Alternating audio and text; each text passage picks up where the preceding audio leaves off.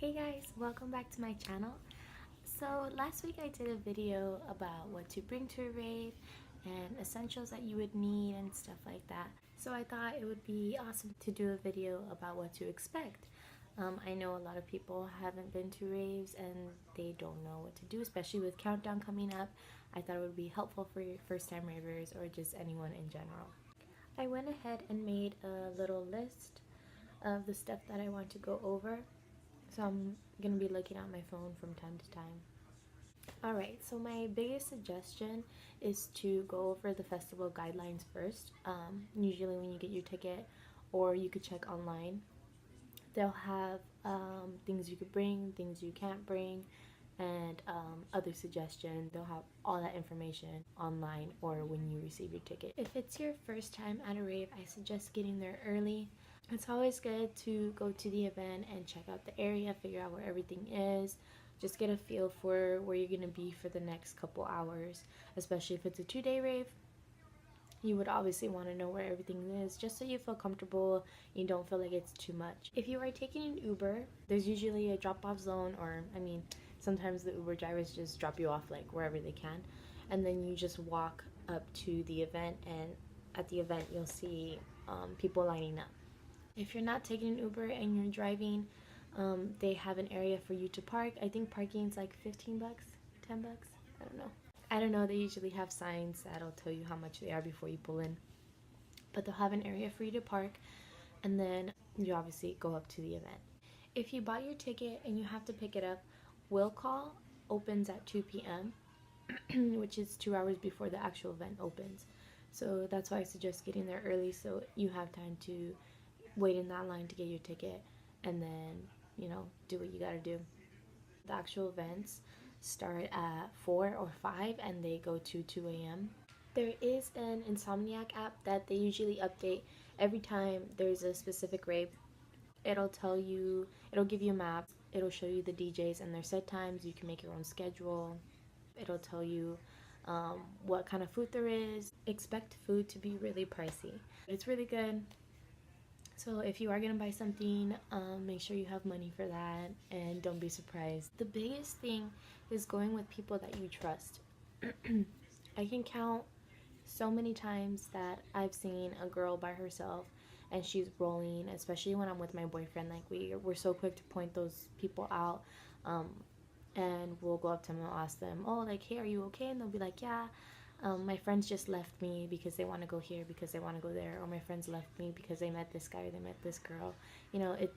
It really sucks seeing that, and a majority of the time we let them hang out with us, but they end up finding their friends and going their own way. So it's really important to go with people that you know stick with you, especially people that you could depend on. You always need someone there no matter what. It's always scary when you're alone, and I know sometimes there's people that do go alone and they have a great time, but if it's your first time at a rave, go with people you know that won't leave you. So the first thing that happens when you pull up to a rave is you go through security. They have a line for ID first where they will check your ID. Then once you're done with that line, you go to the next line, which is security, and security checks you, blah blah blah, whatever. Once you're done with security, you walk a little bit and then you see the entire event. The first thing that me and my rave fam always do is we determine where we will meet up if we get lost. A lot of the times at raves they have specific things like decorations or whatever that are really big that everyone can see, so we usually pick those out and we say, okay, if anything happens, if anybody gets lost, we'll meet there. I highly recommend finding a spot just in case anyone gets lost. Once you decide that, a lot of the time people like to use the restroom before we go see a DJ, so we use the restroom. Then once you use the restroom, you'll most likely go fill up your Camelback. They have water stations that you just walk up to, take off your Camelback, and they fill it up for you. The people are really nice. They usually ask you how your night's going and stuff like that. The water's free also, just in case you were wondering. Then once you're done filling up your Camelback, you go see your favorite DJs.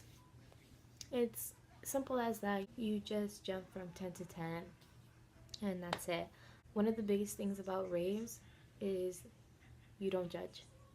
Nobody judges you there. You could literally wear whatever you want. That you will see half naked girls. I don't know, that's their thing. Some girls just go in a thong and pasties. So be prepared if you see that. That's just how it is, you know? They feel good in that, so let them feel good in it. Everybody just likes to let go and have a good time. They don't go there to start anything. They just want to let go of all of their problems and have fun, enjoy the music, dance, meet new people. Everyone is so friendly. Another thing to expect is people on drugs. You will see a lot of people making certain facial expressions or body language or something like that. I don't know what else to say about that, but just be aware that there are people taking drugs and they will be experiencing the side effects of it. So throughout the DJ sets, if there's any problems, if you start feeling sick, if you see someone who's not feeling well, if you just want to take a break, there's medical tents. Feel free to go to that tent. They'll help you out. There's also people wearing purple shirts. That's called ground control. And they basically walk through the entire event. Any of those people you can ask to help you. If you're one of those people who do forget your chargers, they do have charging stations. You have to pay for those. I've never had to pay for it before, so I don't know how much it is, but that's just in case like you really need your phone charged and you resort to that.